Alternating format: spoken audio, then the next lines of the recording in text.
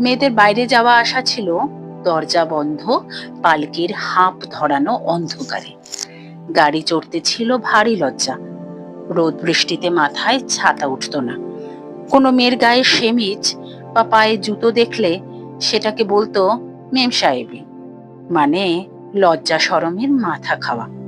কোনো মেয়ে যদি হঠাৎ করে পড়তো পরপুরুষের সামনে, ফস করে তার ঘোমটা নামতো, নাকের ডগা পেরিয়ে জিভ কেটে চট করে সে দাঁড়াতো পিঠ ফিরিয়ে।